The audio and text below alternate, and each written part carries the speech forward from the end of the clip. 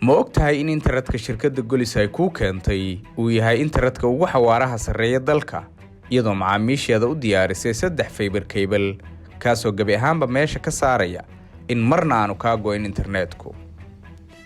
Shirkadda Golis waxay diyaar kula tahay inay ku geliso gurigaaga, xafiiskaaga iyo meheradahaaga kala duwan. Garaac 181 oo hadda dalbo internetka ha qabtira baahiyahaaga internet adduunkan aad kula xiriirtid mar walba.